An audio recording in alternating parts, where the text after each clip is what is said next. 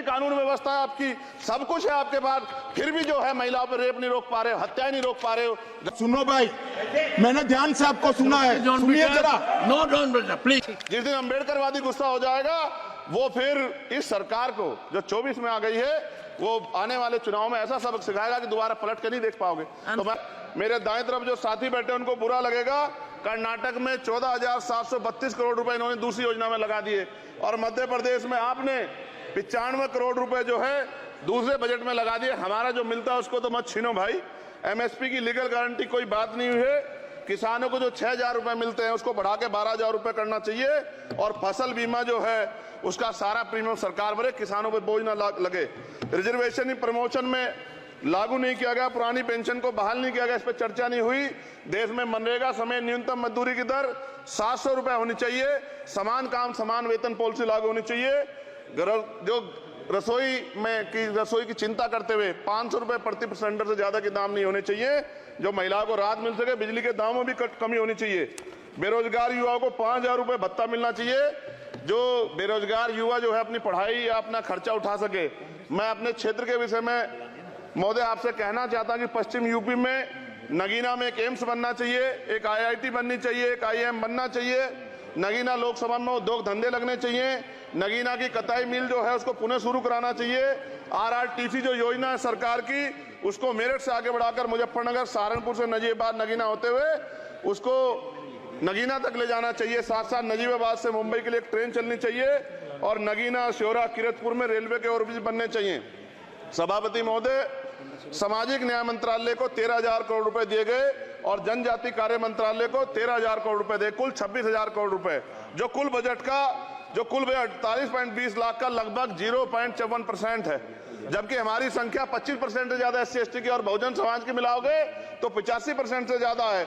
और हमारे विकास के लिए सरकार 1% पैसा खर्च कर रही है, जो मिलना हमें चाहिए, जबकि मिलना में 25% चाहिए। ये ऊंट के मुंह में जीरा के समान है, कहावत हमने बहुत दिन सुनी थी। पिछले लंबे समय से हमारे साथ धोखा हो रहा है, लेकिन अब ये नहीं चलेगा। चंद लोगों की तराजू से देश के संसाधन नहीं बटेंगे। इस देश का बहुजन समाज बर्दाश्त नहीं करेगा। संसाधन का बंटवारा संख्या के आधार पे होगा। माननीय काशीराम साहब नारा लगाए थे, ना तो वोट हमारा राज तुम्हारा चलेगा, और आज हम कह रहे हैं ना ही वोट हमारा और नोट तुम्हारा चलेगा। इस बात का भी ध्यान जो है सरकारों को देना पड़ेगा। आपके माध्यम से सरकार से मेरी एक मांग है, सरकार इस योजना का लाभ भी अपने आप ले ले, सरह भी ले ले कि 1 लाख रुपए सालाना बहुजन समाज के अत्यंत गरीब परिवारों को दे।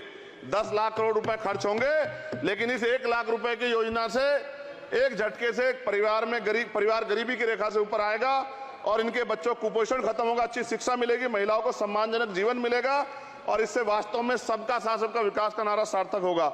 अगर प्रश्न ये होगा कहां से आएगा, तो उसका जवाब ये है कि जब अमीरों का 16 लाख करोड़ रुपए माफ हो सकता है, कॉर्पोरेट टैक्स का घटाकर लाखों करोड़ रुपए का चूना सरकारी खजाने को लगाया जा सकता है, पेट्रोल डीजल के दाम 10 गुना एक्साइज ड्यूटी बढ़ाई जा सकती है, तो गरीबों को सरकार पैसा क्यों नहीं दे सकती। महोदय, समय आ गया है, अब निजी क्षेत्रों में आरक्षण की व्यवस्था होनी चाहिए। SC/ST OBC को निजी क्षेत्रों में आरक्षण मिलना चाहिए। और मेरी आपसे ये भी मांग है, क्योंकि अब समय की मांग है और देश तेजी से आगे बढ़ रहा है, तो मैं कहूंगा कि सरकार का जो सबका साथ सबका विकास का नारा लगभग वो असत्य महसूस होता है, क्योंकि अल्पसंख्यकों में मुसलमानों, जैनों, सिखों, बुद्धिस्टों के लिए कुछ दिख नहीं रहा, उनकी कल्याण कोई योजना नहीं है। मदरसों को जो बजट मिलता था वो कम कर दिया गया है। आर्थिक तंगी से लोग मर रहे हैं। इंटर्नशिप की बात हुई है, परमानेंट रोजगार नहीं है।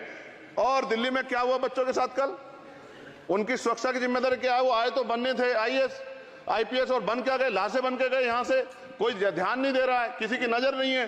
साथ साथ मैं आपसे ये भी आग्रह करूंगा कि हम ग्रामीण क्षेत्रों से आए लोग देश से बड़ा प्रेम करते हैं और हम ये महसूस करते हैं कि सरकारें हमें सुनेंगी, सरकारें हमारे बारे में सोचेंगी। लेकिन ऐसा महसूस हो जाता है आजादी के 75 साल बाद, और जिसको अमृत काल कहा जा रहा है, आज भी SC/ST OBC के लोगों पर अत्याचार हो रहा है।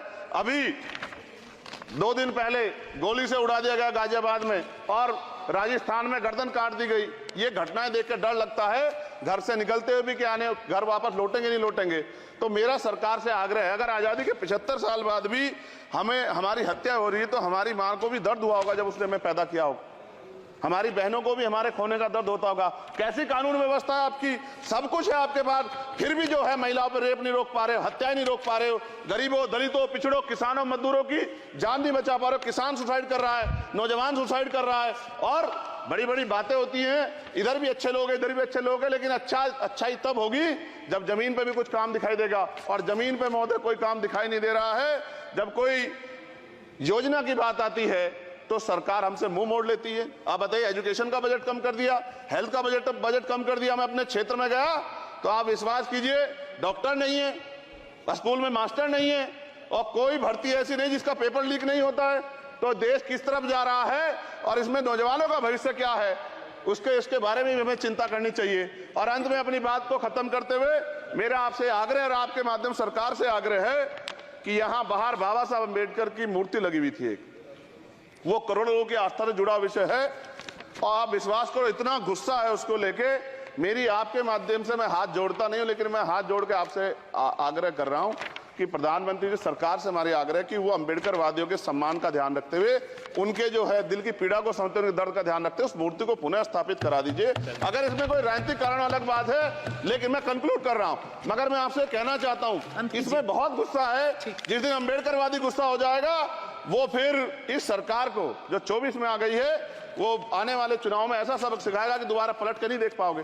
तो मैं आपका धन्यवाद करता हूं, और मुझे विश्वास है कि सरकार मेरी बातों पे गौर करेगी और गरीबों के बारे में सरकार सोचेगी, गरीबों को आगे बढ़ने के अवसर प्रदान होंगे।